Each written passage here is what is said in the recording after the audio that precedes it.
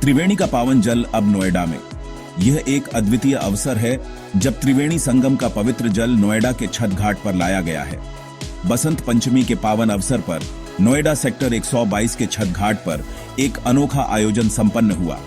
इस आयोजन में बड़ी संख्या में श्रद्धालु शामिल हुए और घाट को रंग बिरंगी सजावट से सजाया गया। यहां स्थानीय निवासियों ने प्रतीकात्मक रूप से महाकुंभ का शाही स्नान किया। इस स्नान के दौरान लोगों ने पवित्र जल में डुबकी लगाई और धार्मिक अनुष्ठान किए।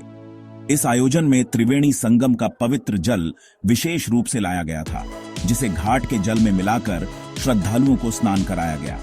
यह जल प्रयागराज से लाया गया था और इसे घाट के जल में मिलाने का विशेष महत्व था। इस आयोजन का मुख्य उद्देश्य था श्रद्धालुओं को घर के पास ही महाकुंभ के पुण्य लाभ प्रदान करना। लोगों ने इस आयोजन का भरपूर आनंद लिया और इसे एक यादगार अनुभव बताया।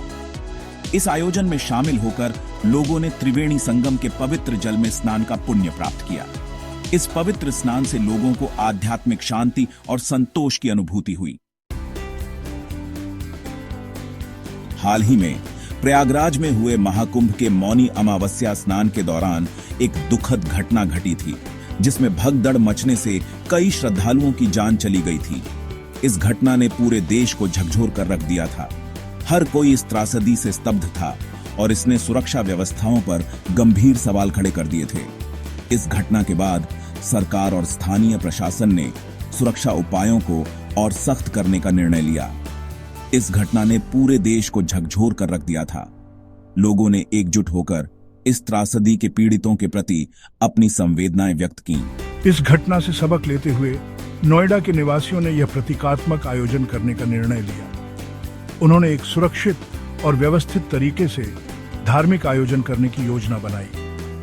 उनका उद्देश्य था कि श्रद्धालुओं को किसी भी प्रकार के खतरे के बिना ही पवित्र स्नान का लाभ मिल सके। इस आयोजन के माध्यम से वे एक संदेश देना चाहते थे कि सुरक्षा और श्रद्धा दोनों को साथ लेकर चलना संभव है।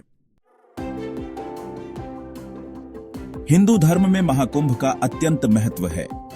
मान्यता है कि कुंभ के दौरान त्रिवेणी संगम में स्नान करने से व्यक्ति के सारे पाप धुल जाते हैं और उसे मोक्ष की प्राप्ति होती है।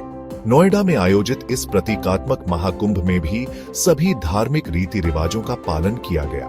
पंडितों द्वारा मंत्रोच्चार के बीच श्रद्धालुओं ने स्नान किया और दान पुण्य किया। नोएडा में आयोजित यह अनोखा आयोजन भक्ति और सुरक्षा के मेल का एक अद्भुत उदाहरण पेश करता है। इस कार्यक्रम में श्रद्धालुओं की सुरक्षा का विशेष ध्यान रखा गया था, ताकि वे बिना किसी चिंता के अपने धार्मिक अनुष्ठानों में भाग ले सकें। इस आयोजन ने न सिर्फ श्रद्धालुओं को धार्मिक अनुष्ठानों को सुरक्षित रूप से पूरा करने का अवसर प्रदान किया, बल्कि यह भी सुनिश्चित किया कि सभी सुरक्षा प्रोटोकॉल का पालन हो। आयोजन स्थल पर हर कोने में सुरक्षा कर्मी तैनात थे, बल्कि यह भी दर्शाया कि आपसी एकता और सामूहिक प्रयासों से हम किसी भी चुनौती का सामना कर सकते हैं। इस आयोजन में सभी ने मिलकर काम किया, जिससे यह सफल हो सका।